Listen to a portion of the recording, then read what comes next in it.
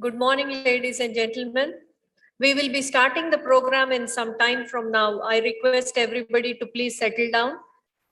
I request all the awardees, I repeat, all the awardees are requested to come forward and occupy the seats here. You can please see my hand signal. All the awardees, student awardees, farmer awardees, teacher awardees, and non-teaching awardees, you please come forward and occupy the places here.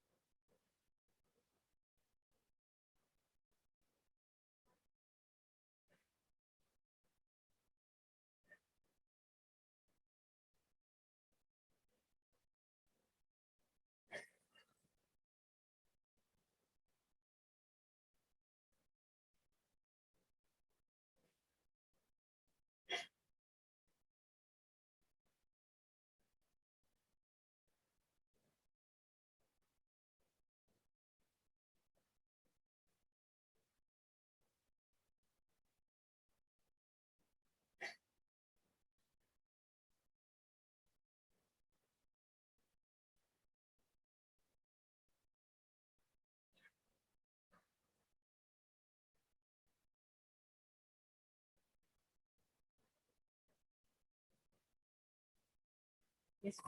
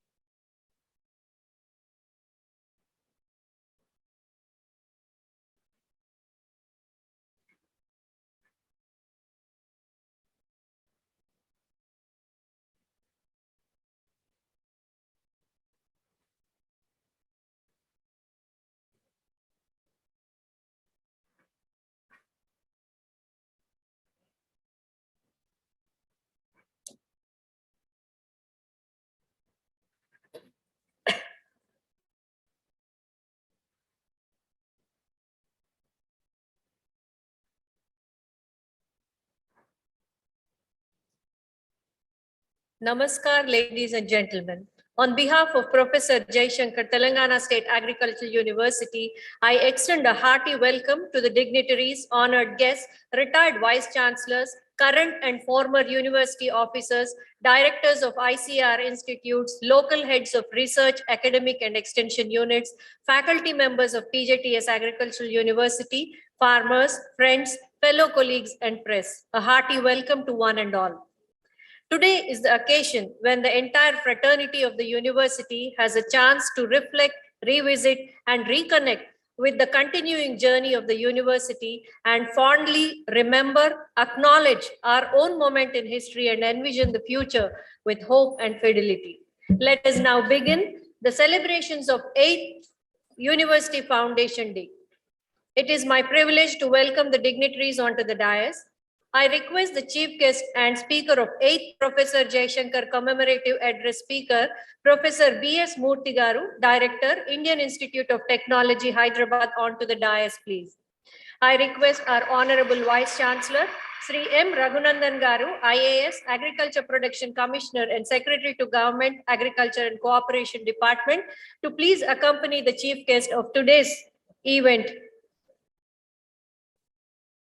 I request Dr. S. Sudhir Kumar Garu, Registrar of PJTS Agricultural University, onto the dais.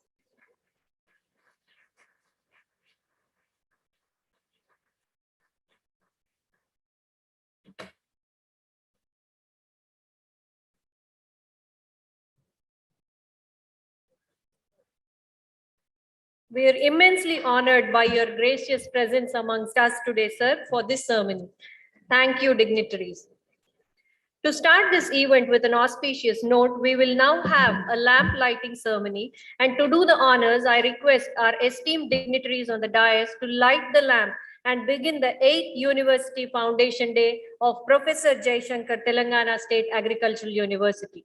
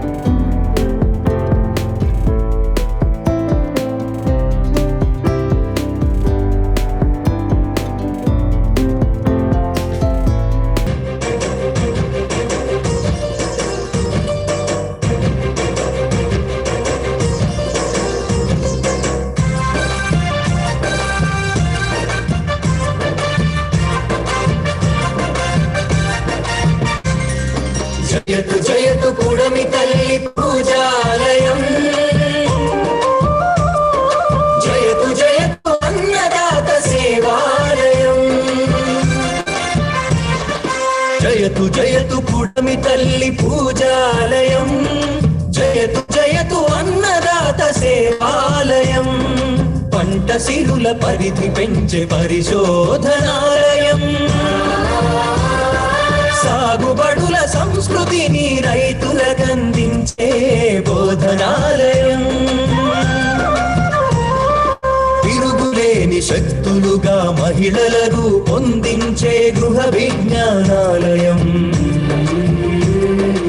ఒక్కో విద్యార్థిలోన మొక్కబోని దీక్ష నింపి ఆకుపచ్చ సైనికునిగా తీర్చిదిద్దే శిక్షణాలయం, బోధన పరిశోధన విస్తరణ, బోధన పరిశోధన విస్తరణ, ముప్పేటగా అల్లుకున్న అద్భుత విద్యాలయం, ప్రొఫెసర్ జయశంకర్ తెలంగాణ వ్యవసాయ విశ్వవిద్యాలయం, ప్రొఫెసర్ జయశంకర్ తెలంగాణ వ్యవసాయ విశ్వవిద్యాలయం. Thank you, ladies and gentlemen. You may please be seated. Let us now begin the 8th Foundation Day celebrations with a welcome address. I request our Registrar of PJTS Agricultural University, Dr. S. Sudhir Kumar Garu, to deliver the welcome address.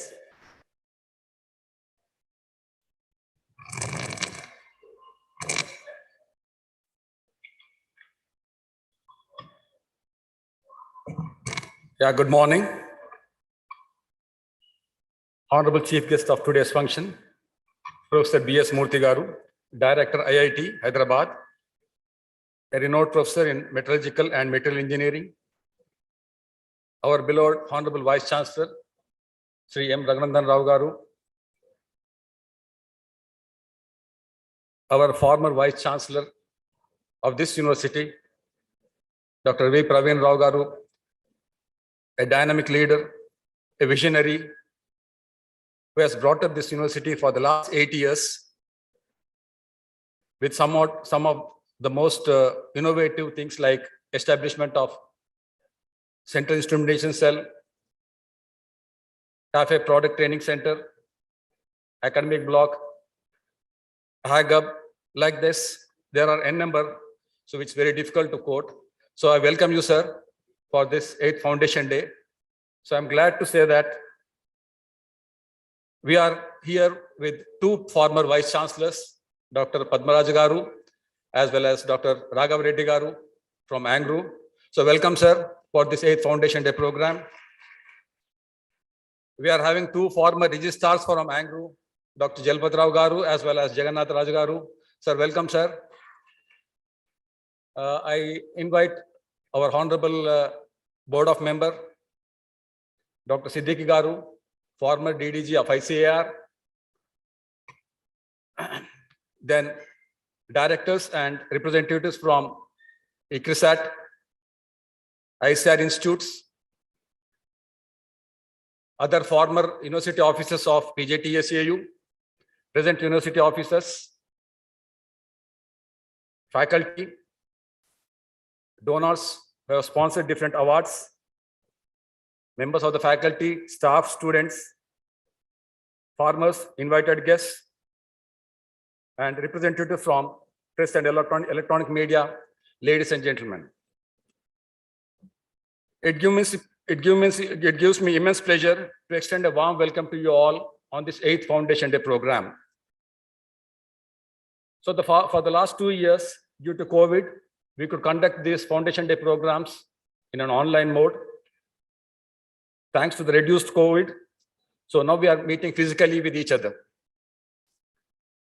This university has been established on 3rd September 2014 and completed 8 years. And there's need to take stock of our achievements and to rededicate ourselves to face new challenges that lie ahead.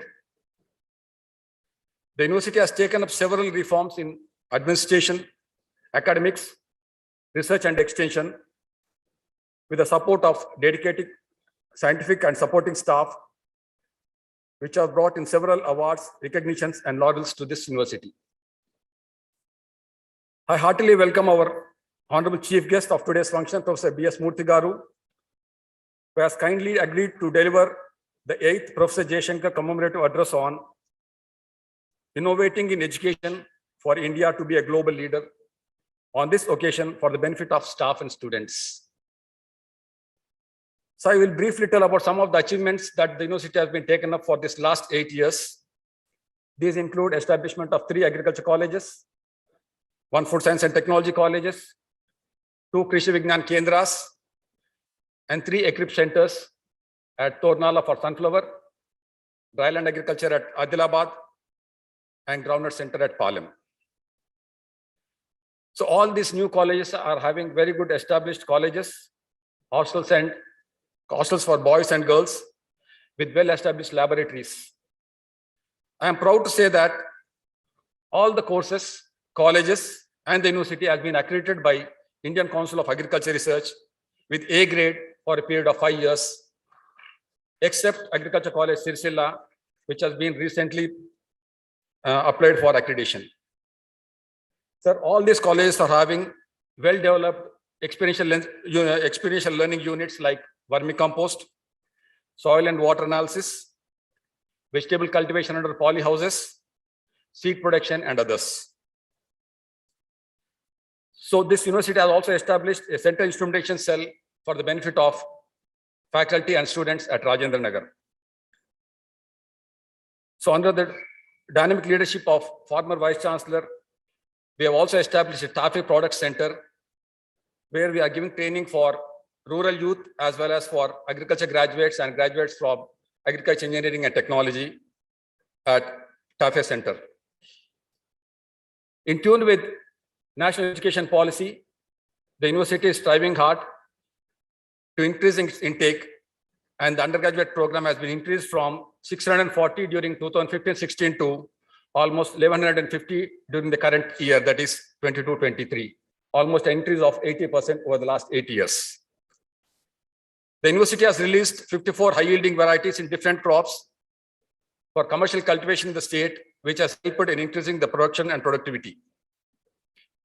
During the COVID pandemic, the university continued its academic research and extension activities and supplied quality seed of the crops to the farming community of the state. Some of the other new initiatives which the university has taken up are value-added products like cold-pressed sesame oil, groundnut oil, and safflower oil, which is being sold in the name of Karta Gold, and organic pulse production, that is Red Gram, which is sold in the name of Pro Pulse. The university is having active collaborations with 10 international institutes and 56 national institutes, including IITH Hyderabad, in broad areas of collaborative research in emerging areas, faculty and student exchange, capacity building, exchange of technical information, and resource facilities, etc. Sir, the university has established AGUP, a Section 8 company, with the financial assistance from NABARD to the tune of 9 crores in a special model that is called as Hub and Spokes model, where we are having the hub at Rajendra Nagar, and we are having 3 rural spokes at Jagityal, Warangal, and Tandur to build agri-innovative ecosystem for promotion of entrepreneurship among students, farmers, and rural youth. I'm also glad to announce that NABARD also sanctioned a catalytic capital fund to the tune of 5 crores for a period of 3 years. Sir, most of these entrepreneurs of these startups are coming from engineering and electronic background, who are working in collaboration with our scientists of this university on emerging technologies like artificial intelligence, drones, robotics for mechanized weeding, robotics for application of fertilizers and pesticides. Nearly 34 startups are working in AGUP, and 9 startups have gone to the next level and raised a funding to the tune of 60 crores in the form of equity and grant. Sir, the university is trying its best in providing facilities, infrastructure, and suitable ecosystem to the scientists, teachers, extension workers, and students to perform well and bestow their attention to improve the visibility and performance of this university both nationally as well as internationally. Finally, I once again welcome you all for this 8th Foundation Day program. Thank you one and all.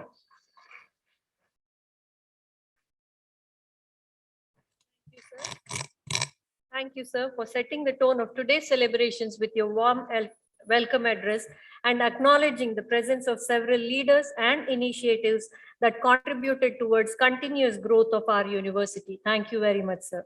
Next, I request our Director of Research, Dr. R. Jagdishwar Garu, to please introduce the speaker of 8th Professor Jayashankar commemorative address to our audience.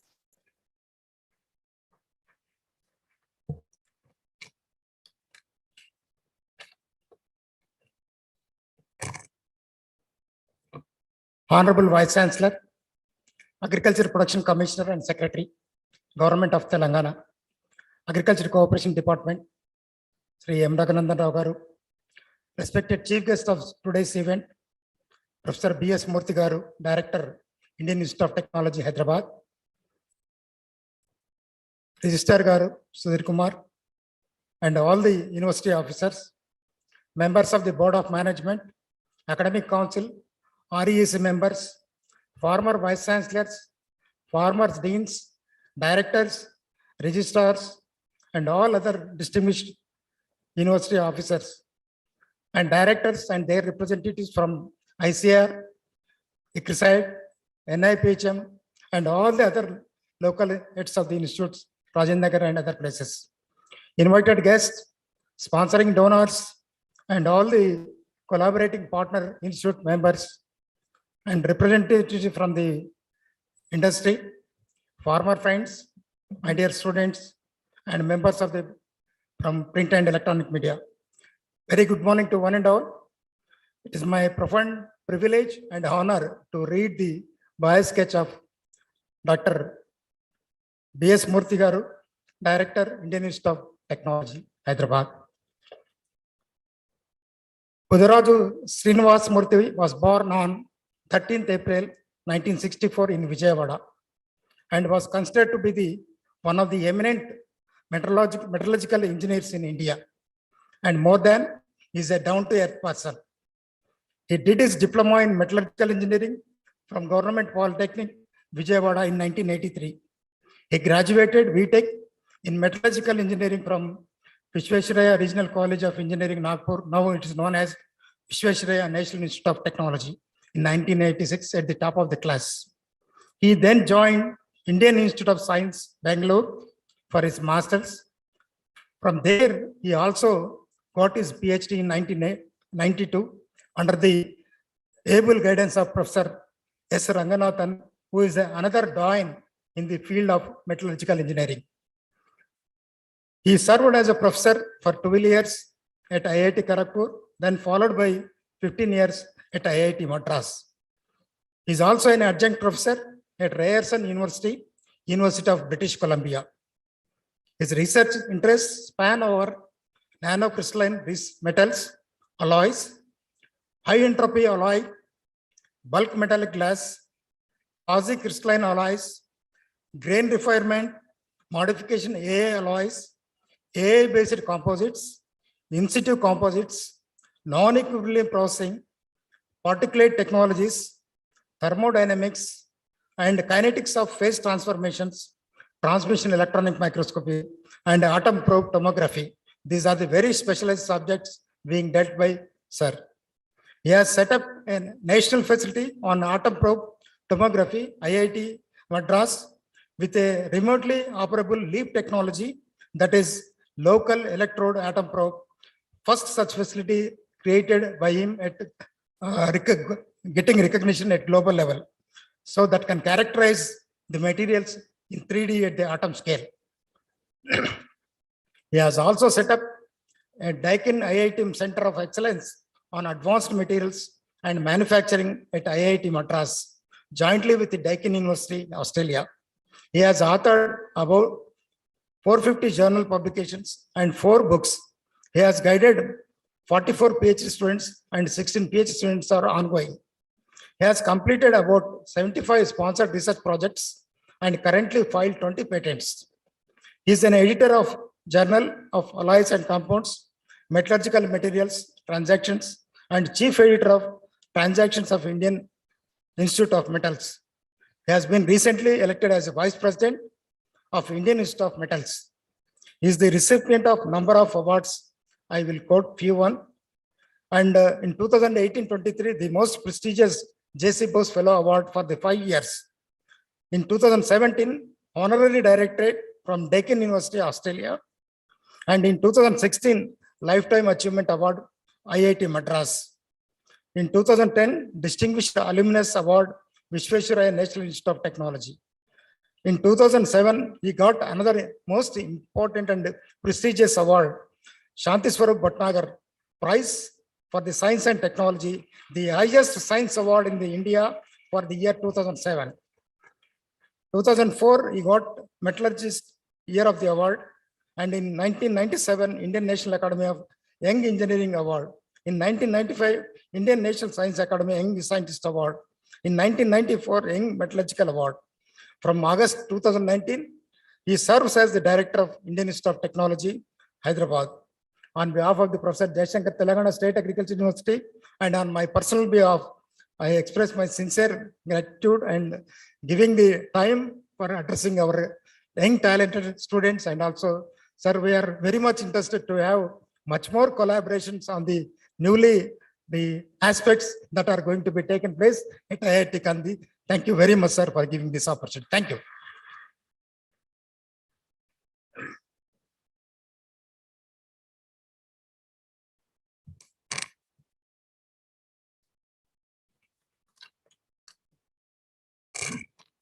Good morning, friends. It's an honor that I am standing in front of all of you. I would like to thank the university for giving me this opportunity for speaking to you. Sri Raghunandan Rao Garu, the Vice Chancellor of the university, Sudhir Kumar Garu, the Registrar of the university, and all the past Vice Chancellors, past deans, present deans who are all sitting here, and all the faculty members, the students of the university. First of all, congratulations to all of you for having completed 8 years of journey. We are also very close to you. IIT Hyderabad started in 2008. We just completed about 14 years now. So more or less, we are all of the same generation. And I've been hearing that in these 8 years, you have done so well that a large number of colleges have been started under this particular university, and about 8,000 students are there, is what I heard from your team a few minutes back, which is really wonderful. So we are just half of you in terms of our size. We are about 4,000 students. Of course, the difference is we are just one single campus university, if you can call it as, whereas you have a number of campuses which come under your university. But what is important is this particular field, I usually call, I think possibly this term is also regularly used, the green warriors. So you are all the so-called green warriors. And very, very important, I would say, after teachers and after medical doctors, if there is anybody else who has to be given importance, it is the farmers and anybody working for the farmers. Because ultimately you can't survive without food. Okay, it is these farmers who give you food. So as a result, if you ask a young gentleman, a young kid, you ask, where do you get food? He will say possibly from a restaurant or from a supermarket. But he or she does not know how much of effort goes in before that comes to the supermarket, or that comes to the restaurant, or that comes to the kitchen of your home. Okay, and all that, the technology that is needed for making India progress significantly, and not only progress significantly, become a self-sufficient in our food requirements, and also started becoming an exporter of food products to the whole world. All this has happened by people like all of you. Okay, an enormous amount of research that has gone in from all the agricultural universities in the country, and particularly for this particular state, this university has been contributing significantly in that developing newer technologies, developing better productivities, better crops, and newer. For example, today morning I had a biscuit from your team, and which is made of millets. And I heard that those biscuits are made by the technology developed by you. I was so thrilled. I was so happy when I was having that biscuit. So this really is the way an institute should grow. And I'm able to see that kind of a growth that is happening. And I'm also very pleased that we have been able to contribute a little bit through a collaboration that we already have, that in the area of agriculture technology, we have been contributing to some extent through the what is called the drone technology that IIT Hyderabad has been very popular with, and also various other AI-based technologies. Many of you possibly know IIT Hyderabad is very unique in the sense we were the first to start a BTech program in AI in the whole country. There is no other institute. 2019, when we started the BTech program in AI, artificial intelligence, we were told that we were number 3 in the whole world. Other than MIT and Carnegie Mellon University, there is no other university which had a BTech UG program in AI. So we have a UG program, we have a PG program, we have a PhD program. We have 30 faculty members working in the area of AI. So that tells you, and AI is everywhere now. It's like an omnipresent God now. That you need it in agriculture, you need it in aerospace, you need it everywhere else. So that's an area where definitely our team has been collaborating with your people. I'm very glad about that. In addition, you all know the way the drones are contributing to the agriculture technologies, whether it is spraying of chemicals, spraying of insecticides, spraying of any other nutrients that are needed. Drones have been contributing significantly in that particular area. So IIT Hyderabad has been very active in this area. There is one lady, we always say in India, lady, the Shakti. So we have so many such Shaktis at IIT Hyderabad. One such lady is significantly responsible for the drone technology.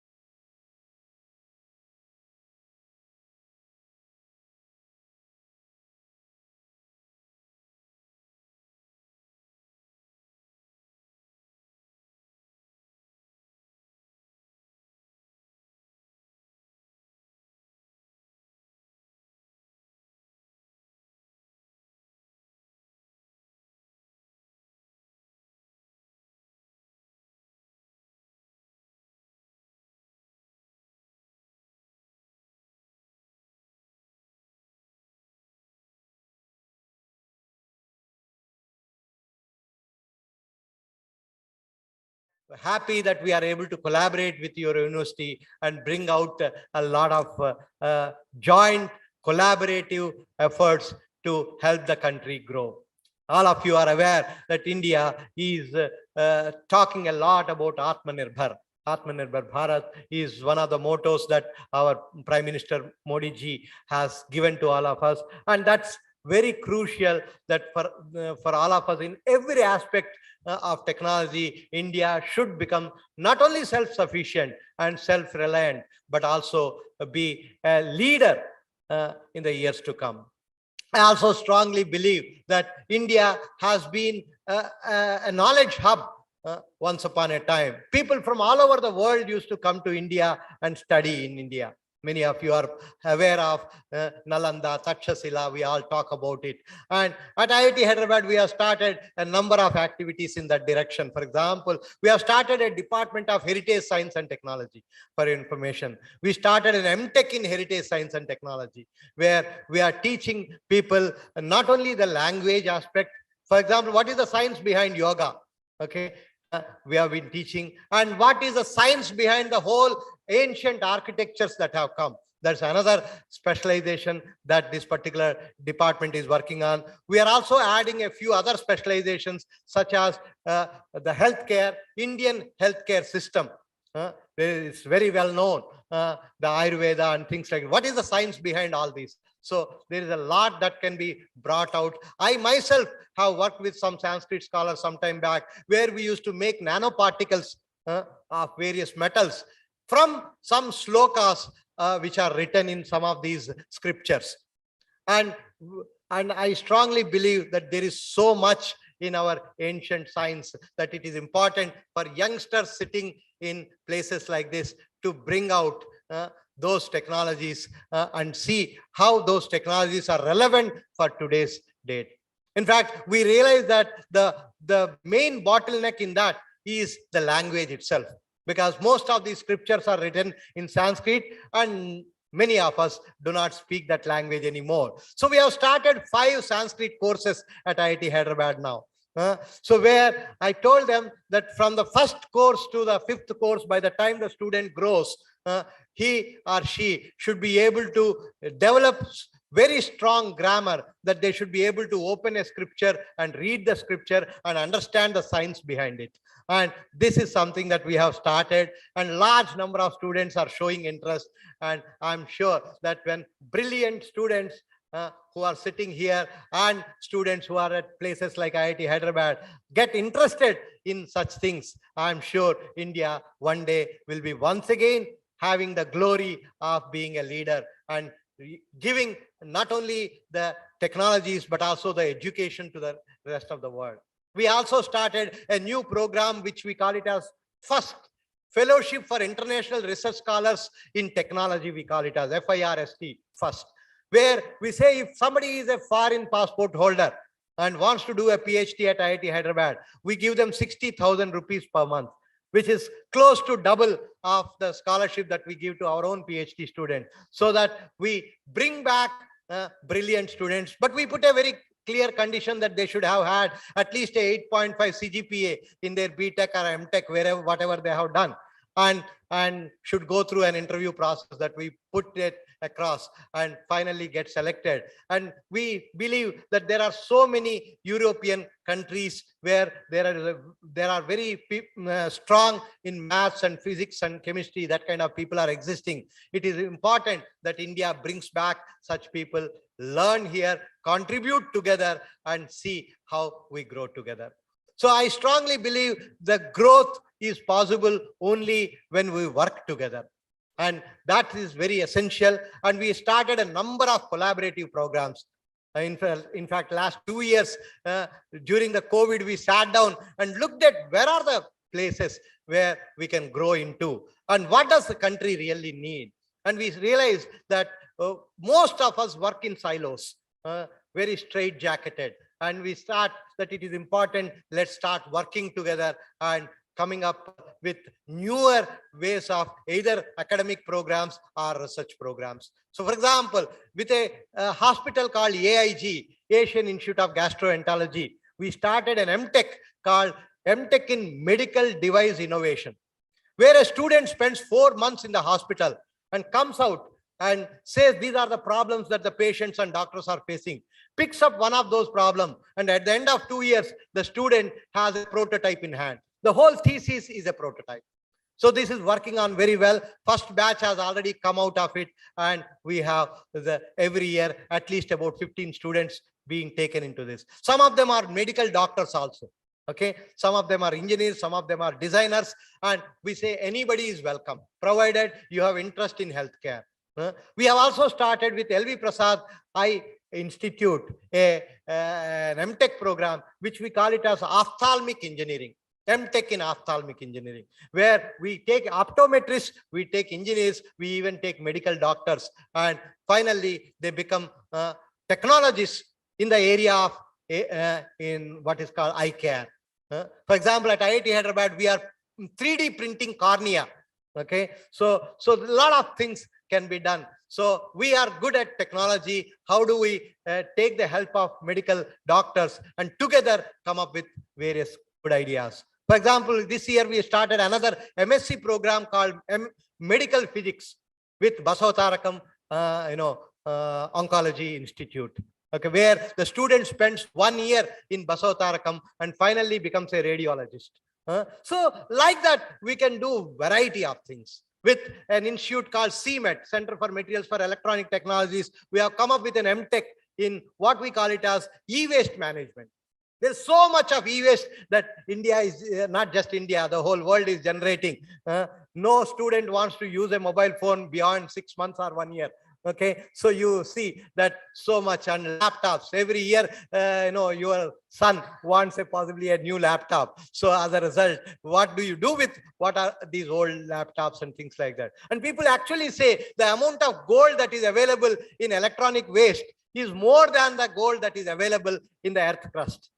So there's so much that one can retrieve metals out of these electronic waste. So we realize that these are all things that are needed for the country, and started a number of collaborative programs. And we strongly believe that these collaborations will lead in a big way, people working together, coming together and contributing to the country in a big way.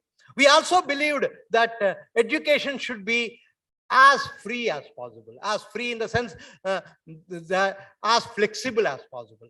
Unfortunately, the way at least we studied, when I studied my BTech and things like that, we are all very straitjacketed. Civil engineering, mechanical engineering, electrical engineering, metallurgical engineering, and so on and so forth. Okay, world is not like that. Okay, in fact, it is we who draw lines and barriers in science. The whole nature does not draw any barriers. So there is no difference between chemistry and physics when you go to the atomic level. It's all the same. But we start dividing these into draw lines, and in the process of drawing lines, we have secluded ourselves to an extent that there is a lot of, I would say, synergy missing. We thought, let us bring this synergy back. For example, we have a BTech program at IIT Hyderabad, which we call it as engineering sciences, BTech in engineering sciences. Okay, the student can study anything that they want. And at the end of 2 years, first 2 years, we give them a chance. Do you want to specialize in mechanical engineering, or you want to specialize in electrical or so? If you want to do that, we say you are a BTech in engineering sciences with specialization in mechanical engineering. Okay, the remaining 2 years, he or she will study mechanical. They say, I don't want to do all this. I just want to study everything that is available. Okay, and let me decide at the end of BTech what I want to become. Okay, we allow this too. I'm very clear that in 5-10 years down the line, no industry will ask you whether you have passed a degree or not. They're going to ask you, do you have a skill or not? Okay, your skill matters. You may be a failure in a BTech program, it doesn't matter. For example, great people, Steve Jobs, okay, Apple, all of us know. So he is not passed out of a university, and he does not have a BTech degree, but he rules the whole world. He has been, his company has been ruling the whole world. So that is the direction in which it's going to happen. So there is need for flexibility. For example, we have changed our whole curriculum to ensure that the departmental subjects are only 50 to 60%. We have 10% basic sciences, 10% basic engineering, and 50 to 60% is your departmental subjects. Then about 10%, which we call it as creative arts. Okay, we have courses on music, we have courses on dance, we have courses on Hyderabad history. We have even recently introduced a course. I went to Northeast. I found there is a cult there which works on what is called the face masks. So they make various scripts on basically in dramatics on our Indian mythology, and they make masks. And the mask preparation is a very wonderful whole process. So we now have a 1 credit course on mask making, okay, at IIT Hyderabad. So we have a 1 credit course on juggling, the ball game that you can think of. So we have variety of such opportunities, because I strongly believe a person should always cultivate both the left brain and the right brain together.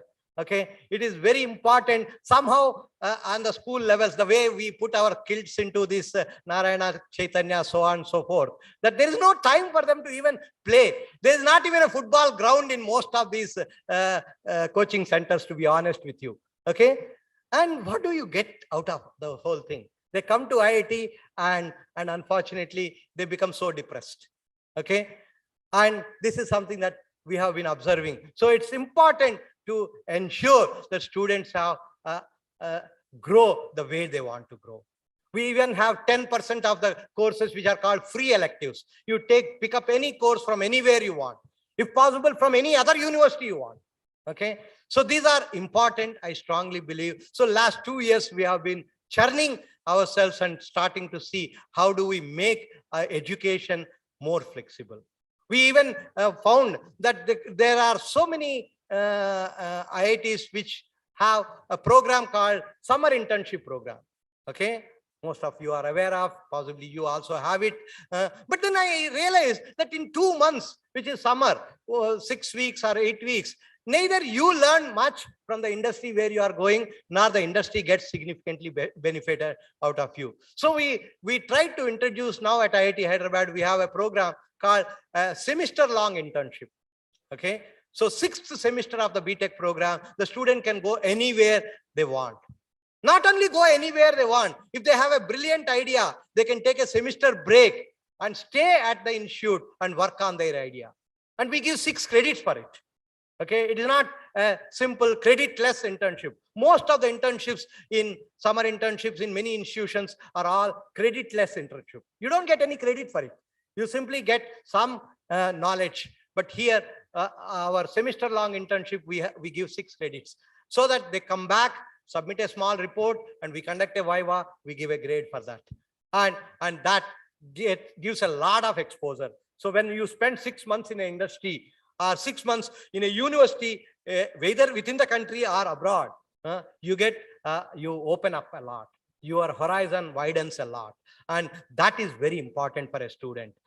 So these are opportunities that we need to provide. I urge all of you to start thinking more. I mean, in universities, as universities, we have a lot of freedom. It's important that the freedom has to be used. If we don't use the freedom, there is no point in having a freedom. Okay, so this is something that we have introduced. We started how to connect to industry, because that is another major problem that I have seen. We always say industry academia relations are not so strong. But who should break the ice? Somebody has to break the ice. So we keep on waiting for the industry to come to the academia. It doesn't happen all the time. Okay, so we started thinking, how do we do that? So one possibility is this semester-long internship. So the student goes and spends, we identified a number of industries and we keep writing to them, asking, we have a possibility like this. These are all brilliant students, and I'm sure you will get benefited when they spend 6 months with you. Similarly, we started a course, 1 credit course called Industry Lectures, where any industry person can come and talk about what is exciting in their industry.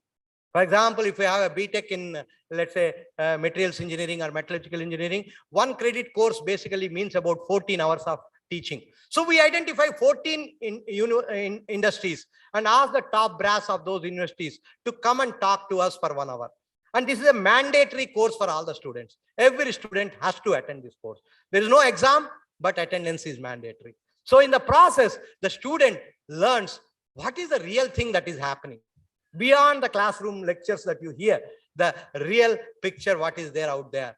And at the end of it, we ask these industries, do you have any projects that our students, particularly master students, we have an MTech program where one full year is a what is called a project. So we asked them, do you have any problems which our students can solve in 1 year? And we started collecting such problems and giving it to the students. Now I can confidently say that at least around 40 to 50% of all our MTech projects are industry defined problems. Okay. And this is helping in a big way. Okay. So that industry, I mean, I strongly believe if you, as people say, nothing succeeds like success. Okay, you demonstrate a small success, solve a small problem of an industry will start running behind you. Okay, and this is important that we should try to find out ways by which we can do. I am very keen that in the years to come, 70 to 80% of our projects, MTech projects at least, we would like to have more and more of industry oriented projects so that the students actually solve industry problems, and at the end of it, they will get absorbed more easily and also contribute to the technology development in the country. We also thought that there are so many people in this industry who must possibly have a BTech completed some time back, but they want to, upskill themselves. They want to get an MTech degree, but unfortunately, they cannot take leave. If an industry can give you 1 year leave, they can leave you forever. This is what I believe in. Okay, so how do we help them out? So can we reach out to them? So we started now 10 MTech programs, which we call them as online MTech programs. We tell these people that we teach you in the evening hours. You don't need to get disturbed during your working hours. So I teach a course, for example, every Tuesday and Thursday, 5:30 to 7. Okay, so we have an MTech program in metallurgy in which I teach one course. So we do this and we teach them 4 to 8 on Saturdays and Sundays. And we tell them that you come to IIT Hyderabad only on the day of convocation to collect the degree certificate. And we also tell them it's a typically 2-year MTech. We say we give you 4 years time. You do it at your leisure. This semester, you have a new product being launched in your company. I don't want to do any course. I am busy. Don't do any course. You have to complete the 48 credits. You have to complete it in a maximum of 4 years. We give you 4 years time. You complete it in 2 years, you get the degree in 2 years. You complete it in 2.5 years, you get the degree in 2.5 years. Whenever you complete it, you will get your degree. So this is something which is really helping a lot of industry people. They are all, number of applications that we get for these programs is enormous, that we have to really conduct written tests, interviews to shortlist people. Because we don't want to, ultimately it's a degree being given by an IIT. We have to be very careful whom we are taking. And at the same time, I say, we don't bother about what the background of it. If an electrical engineer wants to join my industrial metallurgy MTech program, okay, as long as he can write my exam and pass my exam, I have no problem. Okay, what is important is to control the exit rather than controlling the entry. Okay, if somebody has enthusiasm and passion to learn a subject, we should give an option to them. Okay, so this is something I think NEP talks about it, talking about how to provide freedom to students to choose what they want to do. Okay, I think that's the direction in which the world is going to move and India is going to move. And I'm sure with this kind of possibilities that there is a lot that we can provide options to the students and see how together as universities we can come together. There is always a possibility that your university and IIT Hyderabad jointly can offer MTech programs or any certificate programs, PG diploma programs. After all, it is your Senate and our Senate. As long as Senates approve, nobody else's approvals are required. So this is something that I would like to urge the administration here to start seeing how we can work together. Recently, we are also talking about how do we, break our silos and start working much more intensely on a larger canvas. There are always possibilities of one university working with another university, one R&D lab in let's say NAM.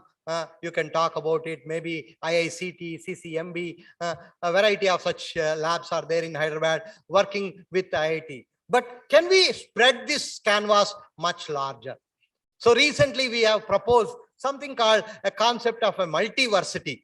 And we are waiting for the Ministry of Education to see if this can be approved. And I have presented it in front of the Minister of Education. And this is under consideration, where in a particular city, just look at Hyderabad. Hyderabad has so many institutions, which are central government institutions or state government institutions. We also have a number of R&D labs. There are CSIR labs. There are ICMR labs. There are ICAR labs. There are DRDO labs. And so there is a proximity advantage that we all have. Can we all pick up some grand challenge problems? For example, we have identified about 12 grand challenges: clean water, air, okay, potable water. These are all real problems of the country. Can we pick up problems like this and see how together 5 or 6 universities or 5 or 6 institutions come together and work on? Pick up smaller problems within that bigger problem, and together we work on it so that this jigsaw is completed together by all of us. So this is a new concept that we are coming up with which government is also very keen on, that identify bigger cities where a larger number of institutions are there and work together to solve a much bigger problem. As an individual, I can only solve to a small extent, but together I'm sure we can solve much bigger problems. Okay, and this is a newer concept, that how do we extend the collaborations to a much wider network, and that's something which possibly, hopefully, it will happen very soon. And the government is also talking about giving what is called a glue grant, okay, to glue us together. So it's a very interesting concept that is coming up.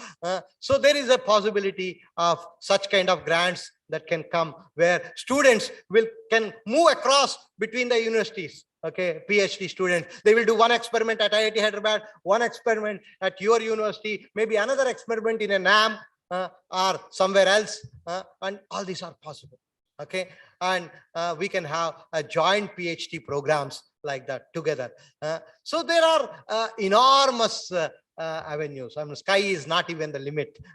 I strongly believe in that. So let's work together. Let's find out ways where we can break these silos and come together. And I strongly believe 1 + 1 can be significantly greater than 2 when people start working together. Okay, when there is a synergy between people, when you identify the right partners, and I'm sure there is a lot that we can contribute. Okay, and there is strength everywhere, and it is just important for all of us to bring these strengths together.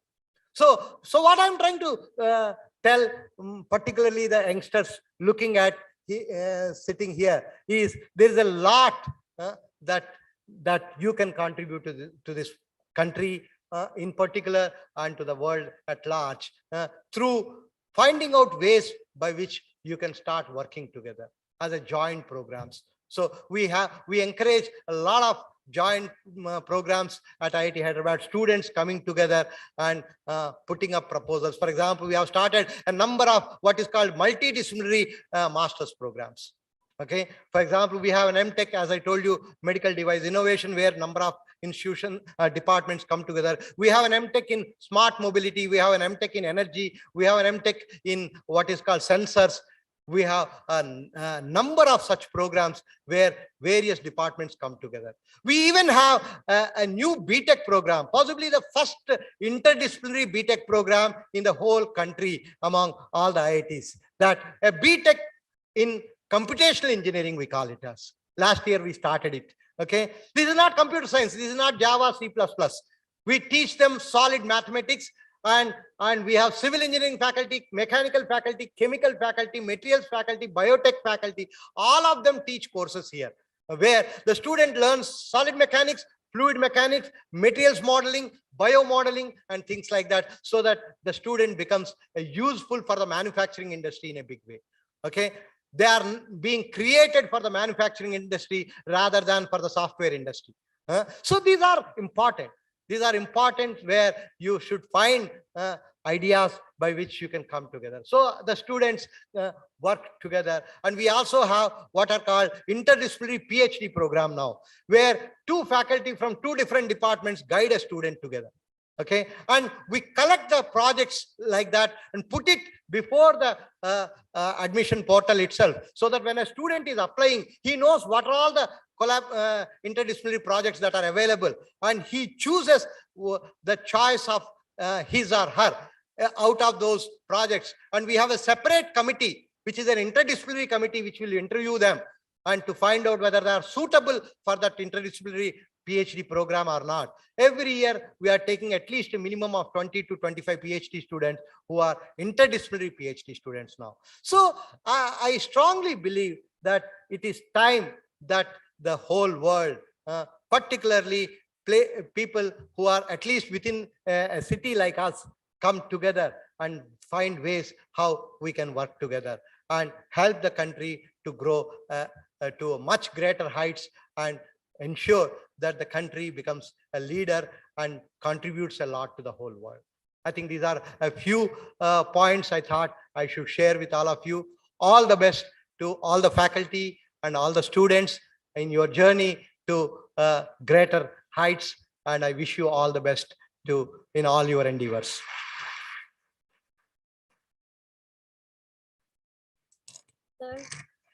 Sir, your simplicity and elegance has spread an aura of academic intelligence that charmed all our participants today. Thank you, sir, for showcasing the innovations taken up at your institute that provide enthusiasm and path for us to establish collaborations, network to design path-breaking technologies suitable for agriculture and allied fields. Sir, thank you also for sharing your thoughts on significance of amalgamation of innovations, technologies through networking and partnerships that are important to achieve synergistic goals. Sir, your thoughts also on freedom and flexibility of adapting several curricula are very significant to enable the education ecosystems through the concept of multiversities. Thank you very much for being here, sir. Let us now move on to the next event, release of publications. I request all the dignitaries on the dais to please release the publications. We have 4 books for release. The first book for release is Mechanization in Maize, a move towards farm profitability. This publication, authored by Dr. Srilata, Dr. Manjulata, Rajinikanth, Dr. Rajaya, Dr. Lavakumar Reddy, and Dr. Anuradha, is a bulletin that brings awareness on advantages of selective mechanization in maize to all the stakeholders that are involved in maize farming. We have the second book. I request the authors, Dr. Srilata, Dr. Manjulata, Dr. Rajinikanth, Dr. Rajaya, Dr. Lavakumar, and Dr. Anuradha to please quickly come onto the dais.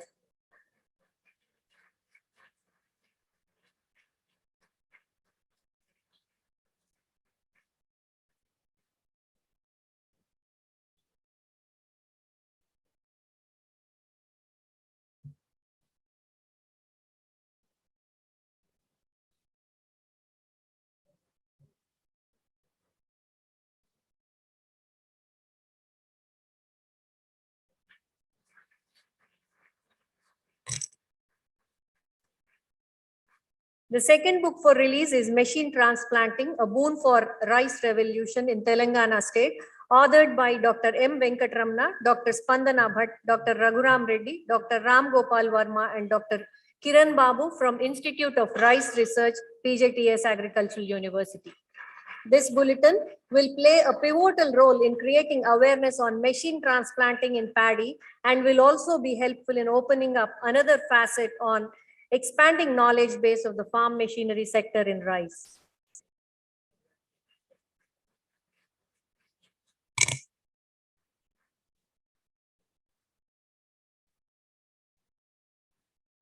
We have the next book for release, Medicinal Flora of PJTSAU Hyderabad, India, a user guide. This book is authored by Dr. V. Vasudev Rao and Dr. V.S. Raju from All India Network Project on Vertebrate Pest Management, PJTS Agricultural University. This book is a compendium containing valuable information on medicinal plants found in our university campus, which can be used for primary health care, for common health ailments, and also to boost our immunity. We have the next book, Flora and Fauna of Professor Jaishankar, Telangana State Agricultural University, authored by the same authors, Dr. V. Vasudev Rao and Dr. V. S. Raju. This book comprehensively covers the rich biodiversity available at our university campus that paves way for development of effective, economical, and feasible practices for conservation and maintenance of the same for generations to come. We have 6 brochures for release on various informative and technical intellectual inputs authored by experienced scientists of PJTS Agricultural University with their time-tested methodologies. The first brochure is Dry Converted Wet Direct Seeded Rice, a climate smart technology authored by Dr. Hemant Kumar and team. We also have 5 other brochures authored by Dr. V. Vasudev Rao and team. The brochures are వేరుశనగలో పక్షులు మరియు అడవి జంతువుల యాజమాన్యం, వ్యవసాయ రంగంలో మేలు చేయు పక్షుల పాత్ర, జొన్న మరియు సజ్జ పంటలలో పక్షుల యాజమాన్యం, ప్రొద్దుతిరుగుడు పంటలో పక్షుల యాజమాన్యం, మొక్కజొన్న పంటలో పక్షుల యాజమాన్యం. All authored by Dr. V. Vasudev Rao team and from AIMT Vertebrate Pest Management. Hearty congratulations to all the authors for bringing out valuable knowledge material. Now let us move on to the award session. We will now start with the first category of awards, the student awards. And I request the dignitaries on the dais to please present the awards to the winners. We have 4 students receiving gold medals this year. The first medal, Dr. Chintalapani Ravindra Reddy gold medal, goes to Kumari Aditi. But Kumari Aditi is unable to receive the award today. Hence, I request the chairman, Dr. P. Lakshmi Narayana, to receive the award on her behalf. She secures highest OGPA in PhD agronomy.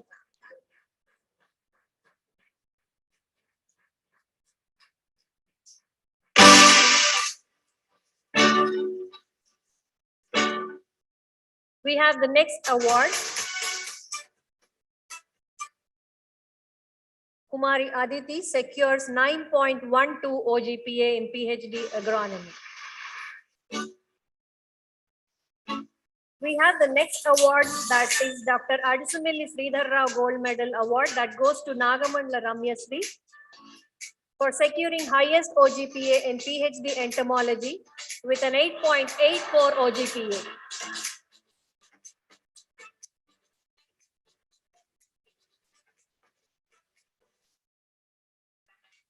We have the next award, that is Neelam Raju Ganga Prasad Rao and N. Kamala Gold Medal, that goes to Kanneboyina Shruti for securing highest OGPA in PhD Genetics and Plant Breeding.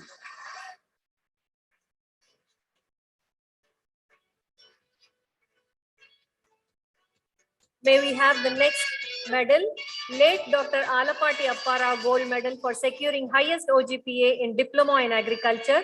And this award goes to Ms. Nadam Himasri. She receives a gold medal and an appreciation certificate for securing highest OGPA in Diploma in Agriculture. She is from Agricultural Polytechnic, Jagitial.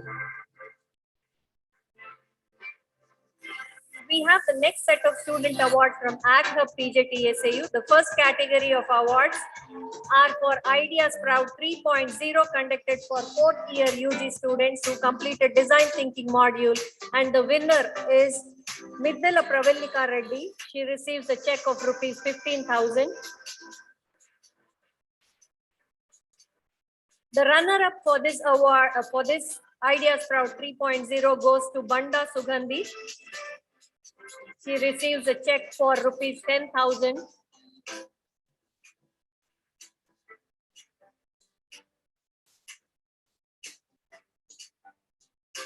The second category of team awards for do-it-yourself paper hack event on theme sustainable agricultural practices was conducted as a part of AgHub Innovation Fest. I request the winning team, Ms. Durga Bhavani, M. Aishwarya, and K. Vaishnavi to receive a gift hamper.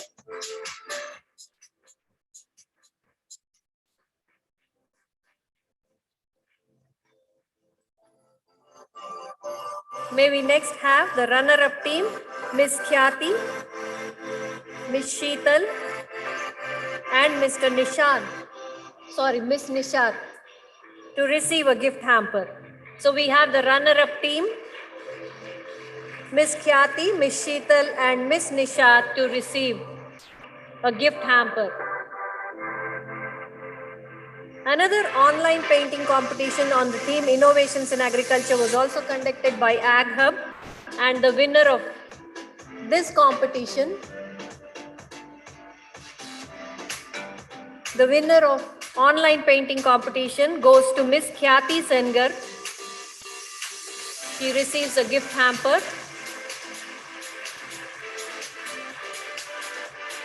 And the runner-up of this online painting competition goes to Ms. Manjula.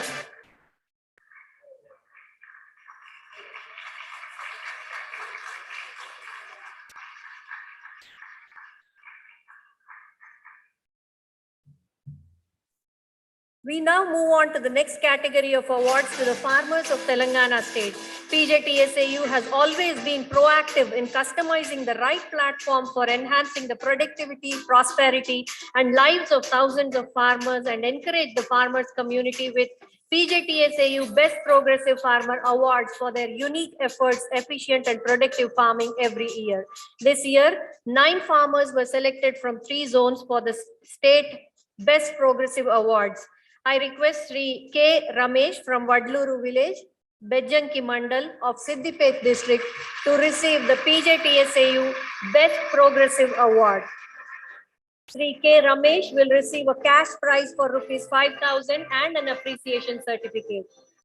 I request the next farmer, Sri Kaleru Netaji from Chinnamupparam village, Nellikuduru Mandal of Mehboobabad district, to receive PJTSAU Best Progressive Farmer Award. And the next farmer from Central Telangana zone is Sri Ankata Uma Maheshwar Rao from Malkaram village, Dammapet Mandal, Bhadradri Kottagudem district.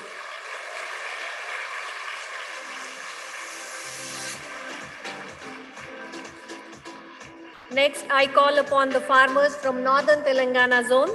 And the first farmer to receive the award is Sri Virla Anjaya from Buddakur village, Bellampalli Mandal of Manchiryal district.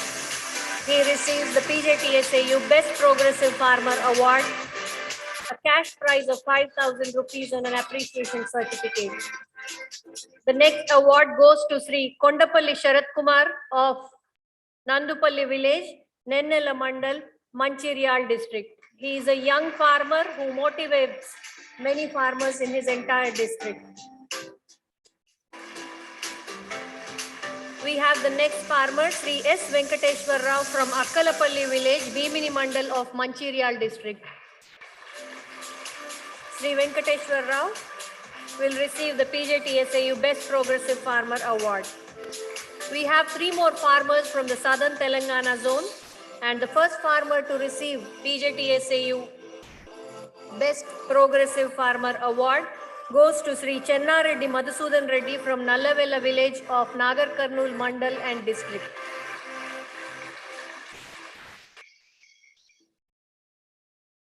May we have the next farmer from Southern Telangana zone, Sri Malisetti Surender Raju from Khanapur village, Bijinepalli Mandal of Nagar Karnool district.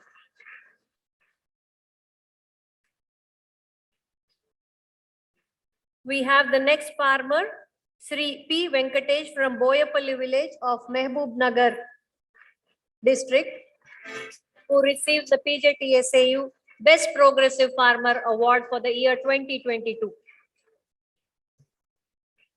We have the next category of farmer awards, CRI Pump Best Farmer Awards. CRI Pump Private Limited and PJTSAU values and recognizes the contributions of farmers of Telangana state for their innovative farming practices who significantly contributed to the value creation process. I request the representatives from CRI Pump Private Limited to join the dignitaries on the dais. The representatives from CRI Pump Private Limited are Mr. P. Madhusudan, Zonal Manager, CRI Pump Private Limited, and Mr. E. Ganesh Kumar. Please join the dignitaries. We also request Mr. E. Ganesh Kumar, Branch Manager, CRI Pump Private Limited, to please join the dignitaries. The awards, the farmers receiving the awards are Sri Kukala Ramesh from Vadluru village, Bejjanki Mandal of Siddipet district. He receives CRI Pump Best Farmer Award in Farm Mechanization category.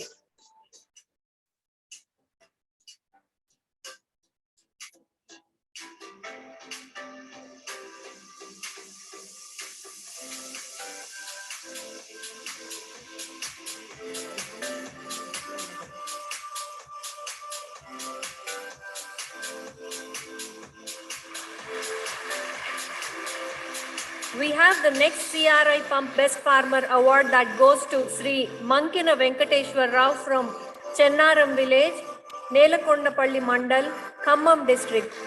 He receives CRI Pump Best Farmer Award in Improved Water Management Technology category.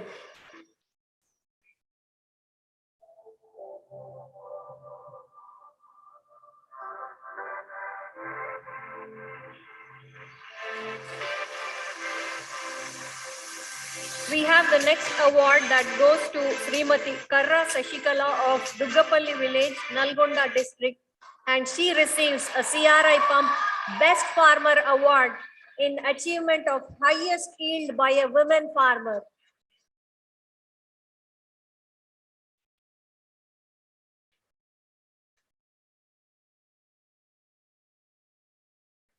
Srimati Karra Sashikala receives CRI Pump Award for achievement of highest yield by a women farmer.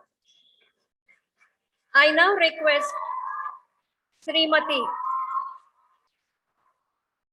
A woman farmer has got a lot of fan following. Thank you for that. We have another women farmer, Srimati Vakiti Rajita from Peddakonduru village, Chautuppal Mandal of Yadadri Bhuvanagiri district, and she receives a CRI Pump Best Farmer Award in Dryland Agriculture category. Srimati Vakiti Rajita.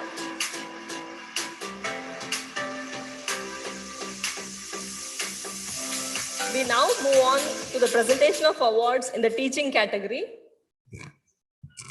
The ICR PJTSAU Dr. B.R. Ambedkar Best Teacher Award to the SCST teacher goes to Dr. B. Lakshmi Prasanna, Scientist, Genetics and Plant Breeding, Regional Agricultural Research Station, Jagtial.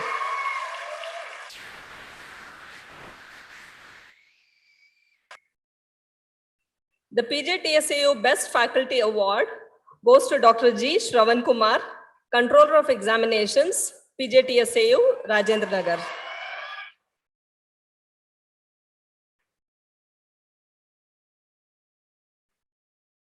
The PJTSAU Best Teacher Awards goes to two scientists, Dr. T. Lavanya, Associate Professor, Agricultural Economics, College of Agriculture, Rajendra Nagar.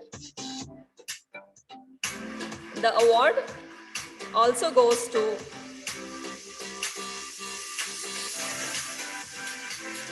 Dr. S. Madhusudan Reddy, Assistant Professor, Genetics and Plant Breeding, Agricultural College, Ashwarapet, also gets the PJTSAU Best Teacher Award.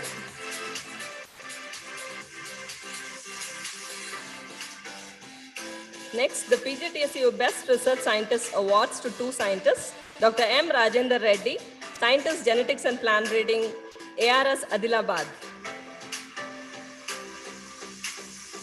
Dr. C.H. Pragati Kumari, Senior Scientist Agronomy, AICRP on Integrated Farming Systems, Rajendra Nagar, also gets the PJTSAU Best Research Scientist Award.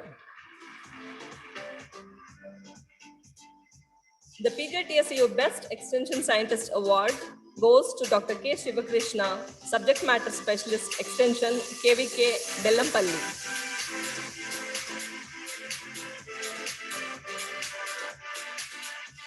The Best Extension Scientist Award also goes to Srimati J.S. Sudharani, Scientist Agronomy, Electronic Wing, Rajendra Nagar.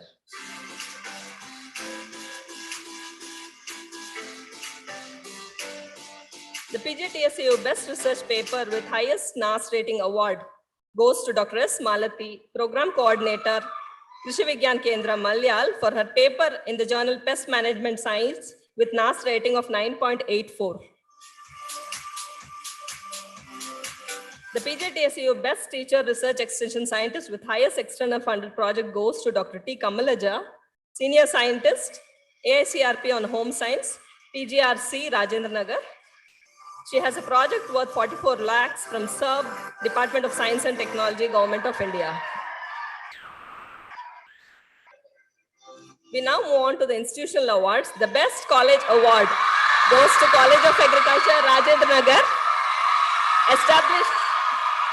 established in 1946, celebrated the Platinum Jubilee year in 2021. The college has several achievements.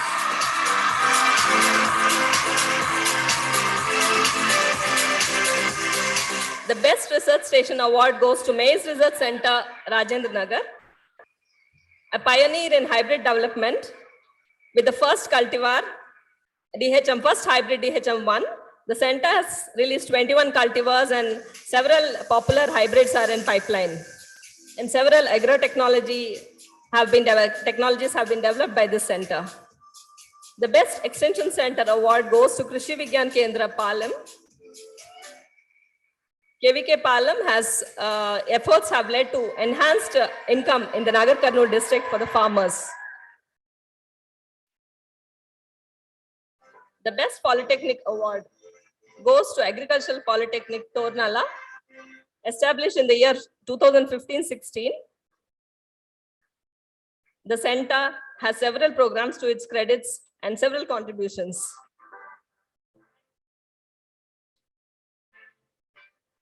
Now, the Sri Mandava Venkatramaya Award for the Best Research Scientist goes to Dr. Yadla Hari, Scientist, Regional Agricultural Research Station, Warangal. His contributions have led to the release of first biotechnology product from PGTSAU and several other products in the pipeline. He has provided marker-assisted genotyping services to a number of partners in India in several crop species and has several high-impact factor journal publications to his credit. The next, Dr. Pingali Nageshwar Rao Award to a scientist for outstanding research contributions in sugarcane goes to Dr. M. Vijay Kumar, Principal Scientist, Crop Physiology, ARS Basantapur. His efforts have led to development of ARS Basantapur as a knowledge hub in India for developing sugarcane bud chip technology. He has several contributions to his credit. We now move on to the awards in the non-teaching category. The Best Employee Non-Teaching Award goes to Sri Nazir, AEO Administrative Office, PGTSAU, Rajendra Nagar.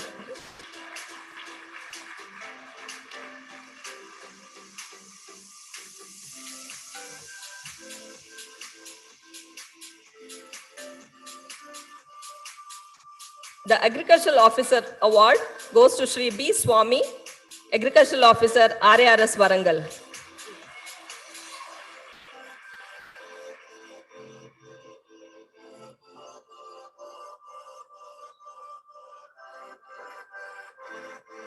The Best Senior Assistants Award goes to two members, Srimati B. Swapna Reddy, Senior Assistant, College of Agriculture, Rajendra Nagar.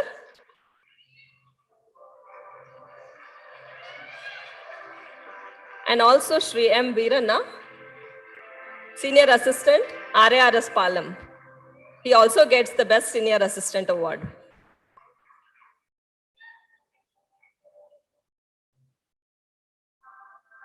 Moving to the Best in Technical Service, Medical Subordinate Techniques or Press Service Award, Sri K. Narayana, Pharmacist, University Health Center, Rajendra Nagar, Hyderabad gets the award.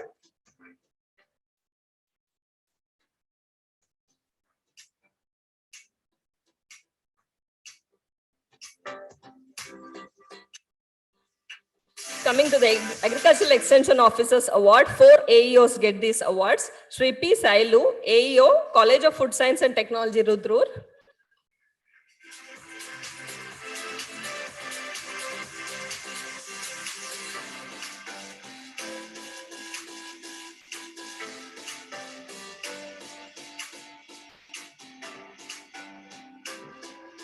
Shri K. Yadaya, AEO, Rice Research Center, ARI Rajan Nagar.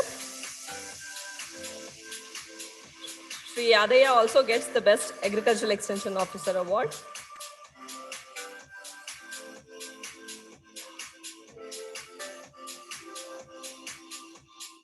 Shri Akbar Hussain, AEO, Regional Sugarcane and Rice Research Station, Rudrur, also gets the Best AEO Award.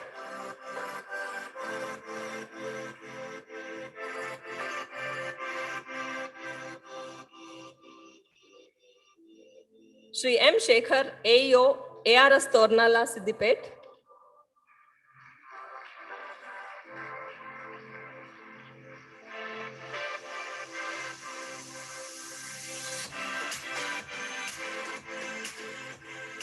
Coming to the awards in the driver, tractor driver, cashier category, 2 awards. First is Dr. Shri K. Shankar, heavy vehicle driver, College of Agriculture, Rajan Nagar, Hyderabad, bags the award.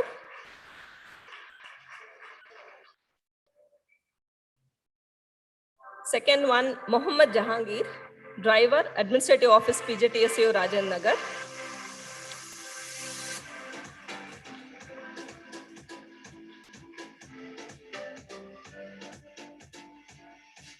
Shri M. Bhikshapati, Record Assistant, College of Agriculture, Rajan Nagar, bags the award in Record Assistant, Field Supervisors category.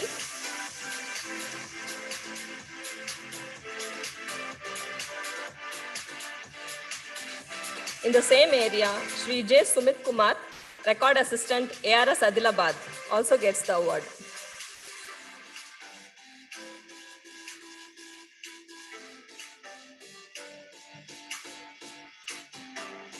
Under the class 4 category, we have 3 awards. Shri Iqbal, Office Subordinate, College of Food Science and Technology, Rudrur.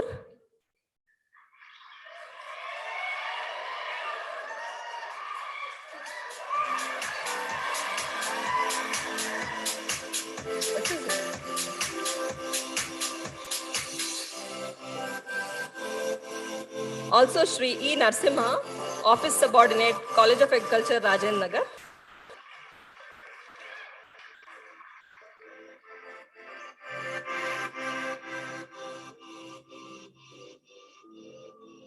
And Srimati K. Narsamma, Agricultural Works Manager, KVK Malayal, also gets the award in the class 4 category.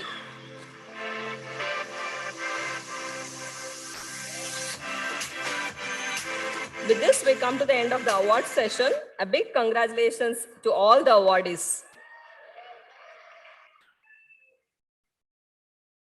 It's now my proud honor to invite our Honorable Vice Chancellor, Sri M. Raghunath.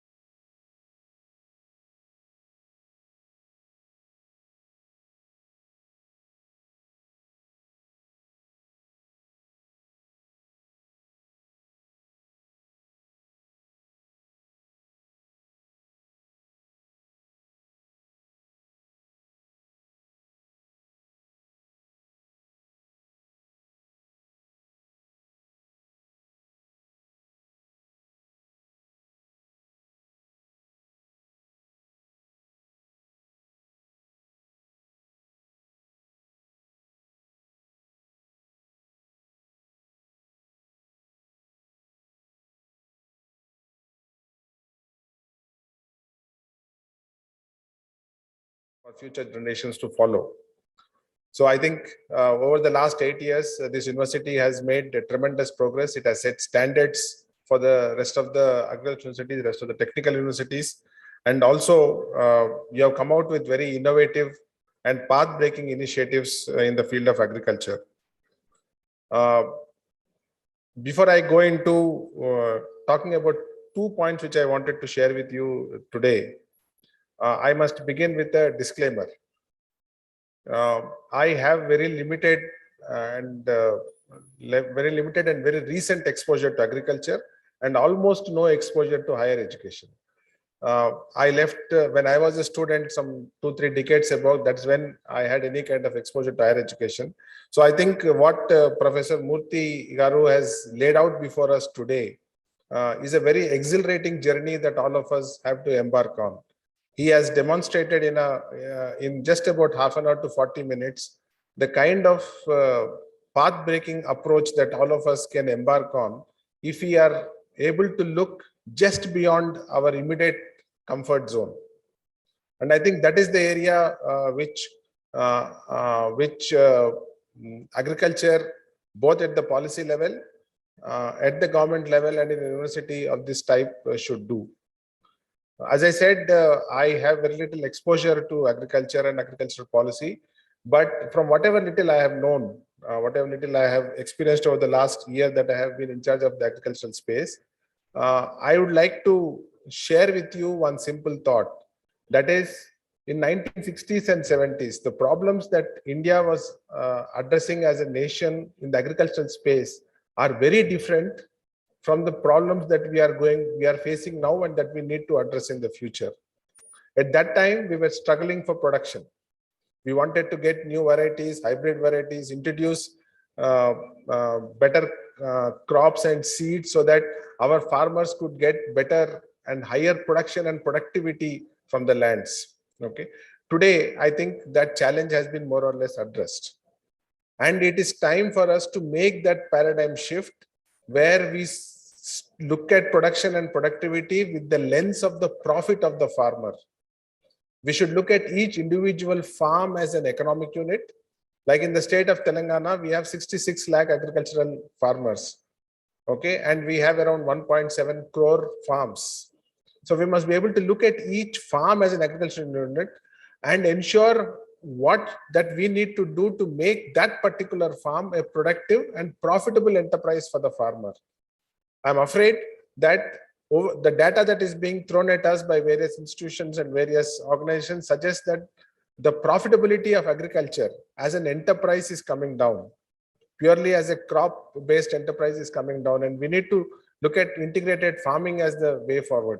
So keeping this in mind, I think the students who are going to pass out from this university are going to face radically different challenges. We should look at each individual farmer as an MSME. What is it that he is doing in his farm so that he can improve the profitability of that enterprise? Just like in medical science, we treat each individual patient as an independent unit who needs to be looked at, addressed, analyzed, diagnosed, and then treated. Similarly, we should be able to look at each individual farm as a unit and understand what is it that we need to do with soil health there, with carbon there, what nanotechnology we can use there, what techniques we can use there, what gadgetry we can use there, and ensure that that particular enterprise becomes profitable to the farmer. And I think the second point that I wanted to leave with you is there's enough potential for us to do this work. And that is where I think smart agriculture and precision-based data-driven agriculture is showing us the way. Professor Murthy Garu has enunciated hundreds of ways in which technology and agricultural science can collaborate to ensure that each individual farm, using precision agriculture, precision-based technology, data-driven approaches, can become profitable. So I think the challenge before the faculty and other senior management of this institution is to see how we can harness our knowledge, how we can marry our knowledge with the knowledge which agri-tech sectors are producing so that we can ultimately make the farmer's enterprise profitable. I think I'll stop here because these are the two broad ideas that I wanted to share with you. We have an ag hub on campus. It is doing a lot of good work. We are getting more than 30-40 startups who are working with us. But I think there is a need for the faculty and the other members to closely collaborate with the agricultural ecosystem, with the startup ecosystem, with the technology ecosystem, and see how we can start looking at individual farms as enterprises that can be made profitable. Unless we do that, I think the Indian agricultural scene will face a radical challenge unless we are able to do this particular jump in the way we are looking at agriculture. Now, obviously, the role that university plays in marrying these two tasks is very significant. And I would like to congratulate the university, the faculty for making adequate efforts in this direction. But the challenges, as I said, are significant, and the world is looking at us to provide the pathway. Now, on behalf of the government, let me assure you that the government of Telangana is committed to agriculture.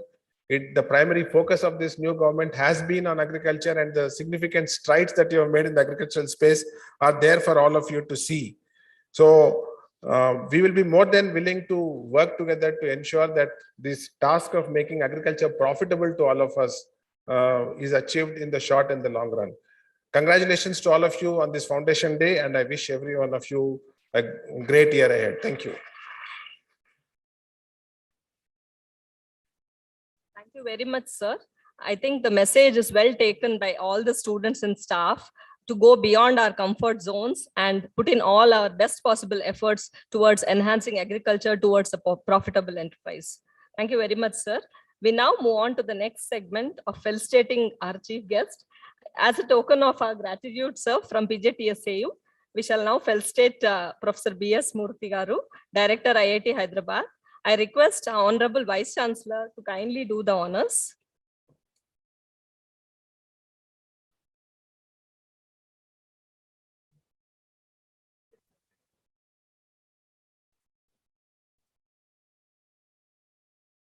Thank you very much, sir. It's a pleasure to have you here.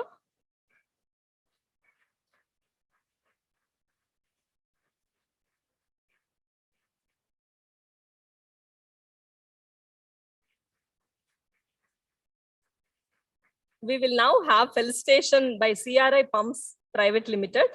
I invite Mr. P. Madhusudan, Zonal Manager, CRI Pumps, and Mr. E. Ganesh Kumar, Branch Manager, to do the needful. They would like to felicitate our chief guest and the Honorable Vice Chancellor.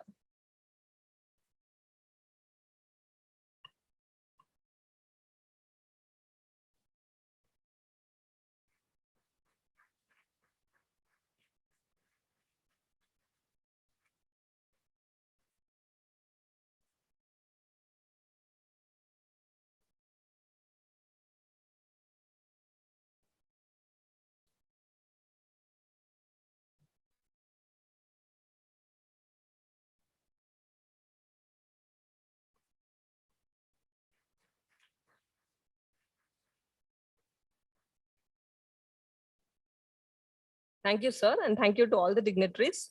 I now invite Dean of Agriculture, PJTSAU, Dr. Seema, to propose the vote of thanks for today's program.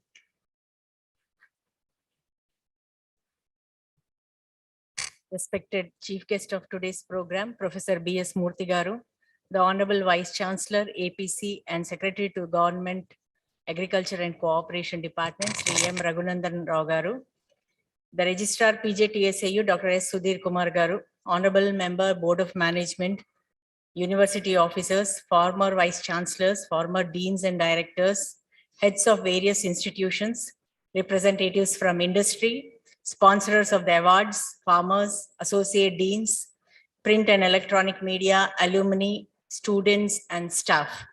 I, on behalf of PJTSAU, take this opportunity to express hearty thanks to Professor B.S. Murthy Garu, Director IITH, for accepting our invitation and gracing this momentous 8th Foundation Day celebrations, and for delivering the valuable, the most inspiring, and most enlightening Professor Jay Shankar commemorative address. Thank you very much, sir, for opening the doors for us to also join with you in the research programs and other collaborations.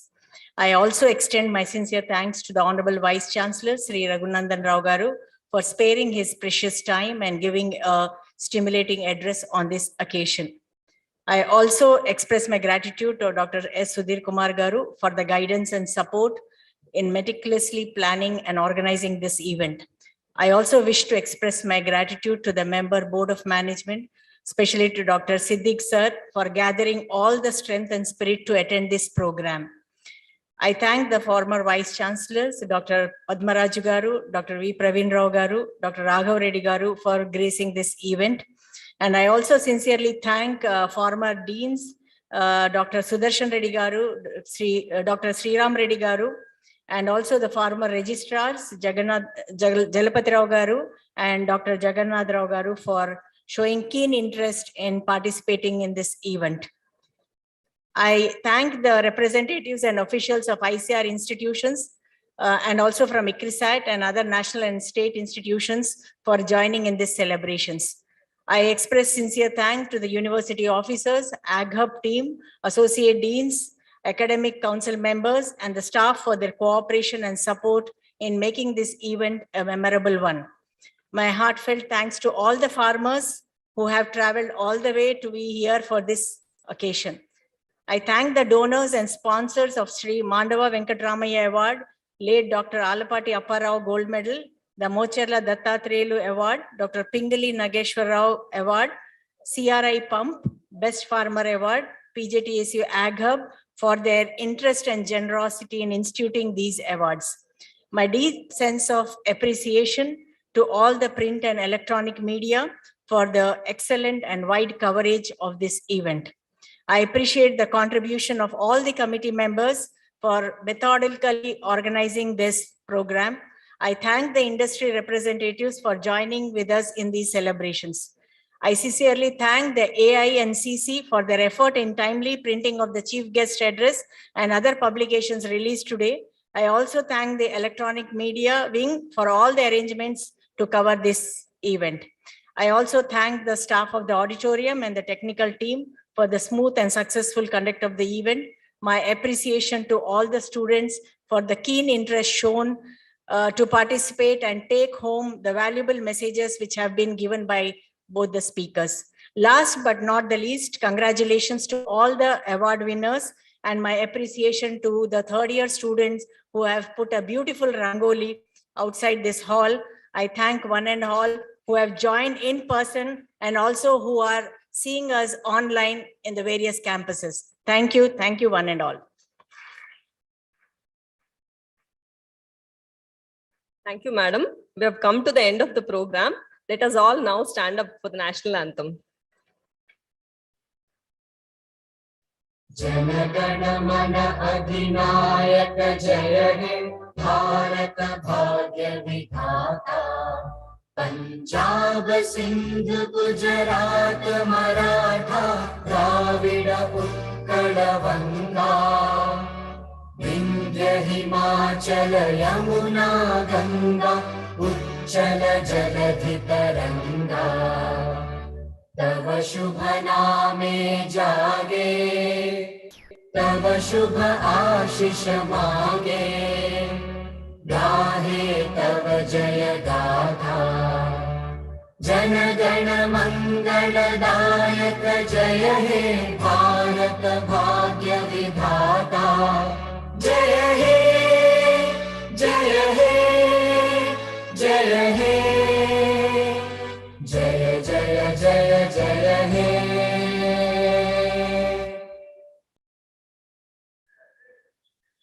Thank you one and all. Thanks to all the dignitaries. I have a small announcement with regard to the refreshments. The refreshments for the students, the refreshments have been arranged on the left side and the right side of the corridor. For the staff and the awardees, the teaching and non-teaching staff and the awardees, it's on the front side, near the reception, opposite to the reception. Thank you.